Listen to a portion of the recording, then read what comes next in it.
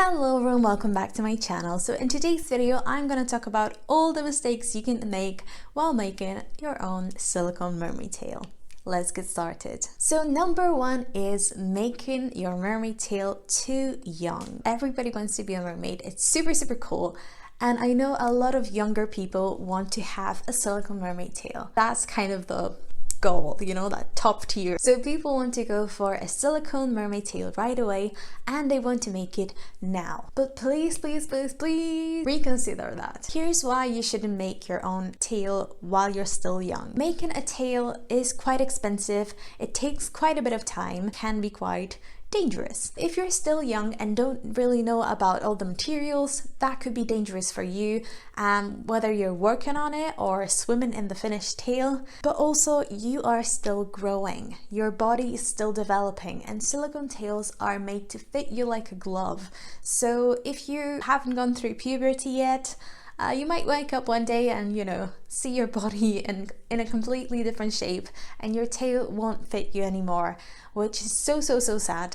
And you've wasted all your time and all your money on this beautiful creation that you're probably really proud of, but you can't wear it anymore. And yeah, you might give it to someone else or try to sell it, but again, tails are meant to fit your body perfectly. It won't really work for someone else. Mistake number two is something that I see with younger people as well, but I've made it myself too. So making your own monofin. And by that I mean making your own duct tape monofin.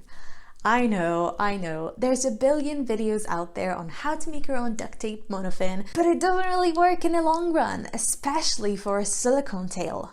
Do not do it. So when I was making my first silicone tail, I've actually made my own monofin. It wasn't really the typical duct tape and cardboard kind of thing. I used like this weird foam thing inside and kind of like these neoprene socks. Yeah, it was bad.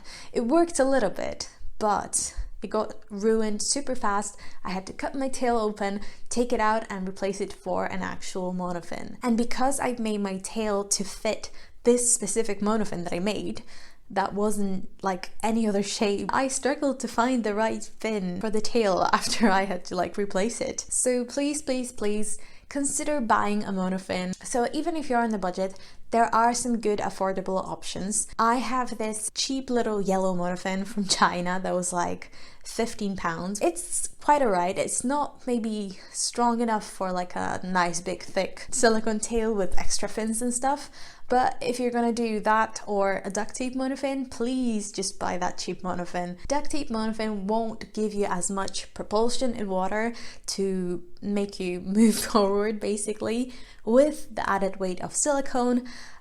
So yeah, just consider buying a monofin. This next thing is using acrylic caulking instead of silicone. So I've seen that happen as well in some videos. People thinking, you know, oh, this tube looks like silicone, so I'm just gonna buy it and it's basically the same thing. But no, you want to use 100% silicone. If you're using silicone caulking, you want to make sure it is marine safe or aquarium safe silicone, and it's 100% silicone, no acrylic caulking. The next mistake is using a dangerous type of silicone. So using all-purpose silicone, you want to make sure if you're putting anything on your skin or in the water, you want it to be aquarium safe silicone or marine safe silicone or food safe silicone, anything like that. Make sure your silicone is safe.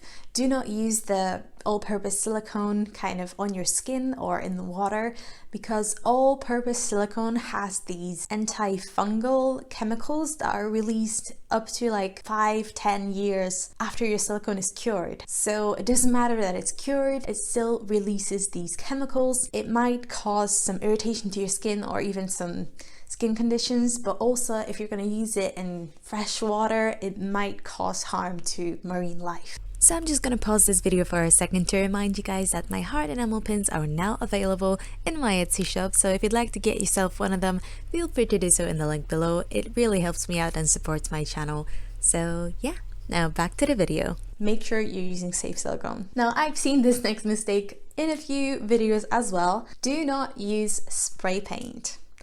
Now, I've been there, I've tried it actually with my first tail, but thankfully I've only done it on like a small silicone sample. Silicone sticks to silicone, so you want to paint silicone with silicone. Spray paint is great, yeah, for different projects. Silicone is flexible and spray paint is not. Spray paint dries kind of hard, so if you just move your silicone piece, it's gonna start flaking off. It's not gonna hold to the silicone and it's just gonna make a huge mess. So if you're using a silicone caulking, you can add acrylic paint and some pigments. Same with other types of silicone really. If you're using dragon skin, you can use mica powders or different pigments to dye it directly. Use Psycho paint, which is like a silicone paint. So you mixed in different pigments into it, and you can either use a paintbrush to apply it to your tail, or you can use an airbrush. Now, this next mistake is very big, very obvious. Do not steal designs. I'm gonna make a whole video on how to make silicone tails if you're not creative or if you're not talented or whatever you think you're not. But do not steal other people's work. It's really not fun. You can kind of get inspired by the techniques they're using. So if someone's making a silicone tail, you can make a silicone tail the same way. If they're making a neoprene tail, you can make a neoprene tail the same way. But do not steal the actual designs. So like color combinations. I don't mean like, oh, don't put teal and gold, because that's pretty basic. But like if someone's making a very specific color combination or design, do not get inspired by that, I suppose. Do not copy their designs. Don't steal fluke shapes unless they're very basic, like mermaid fluke, but don't steal fluke shapes, and don't steal scale shapes. Now, scale shapes are a bit more in the gray area because they're more generic. There's kind of less possibilities. You either have round or triangular ones, or you know.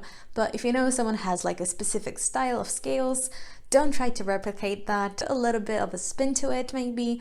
Try and use your own creativity to make your very own unique tail. For example, if you want to make a koi fish tail and you love someone else's koi fish tail, that's fine, but you can put the spots in different places. You can use different color combinations. You know, every koi fish is going to be different. So maybe you're going to be a more red and white koi fish with a tiny bit of black, or maybe you're a black and white koi fish with a tiny bit of red.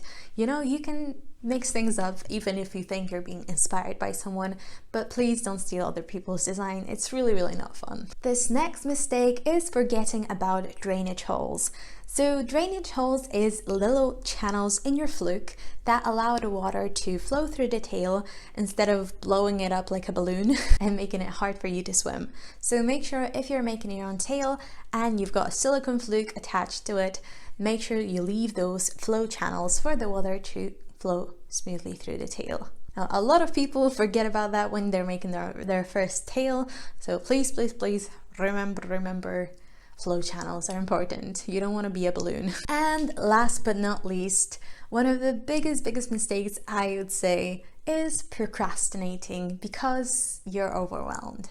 So making your own silicone mermaid tail is quite overwhelming, to be honest. It takes a lot of work, a lot of effort, a lot of money, a lot of patience, but it's such an amazing process, and I don't want you guys to miss out on it just because you're scared or overwhelmed with it. And remember, sometimes it's better done than perfect. So your first tail, it's not going to be perfect unless you're really lucky or like just really talented. It's not going to be perfect, so just might as well get on with it, you know? Of course, do your research first and make a plan, make samples of what you want to do, but you know, go for it. Don't just think about it, actually do it. So that is it for today's video. I hope you guys enjoyed it. Let me know if you have any more ideas for common mistakes with making a silicone mermaid tail. Let me know if you've made a tail before and what mistakes did you make. Just to let you guys know, I actually do have an Instagram account if you'd like to see any of the behind the scenes of my tail making journey. It's at passionfruitdiy1, so go and follow me on there. Give this video a thumbs up if you enjoyed it, and I will see you in my next one. Bye!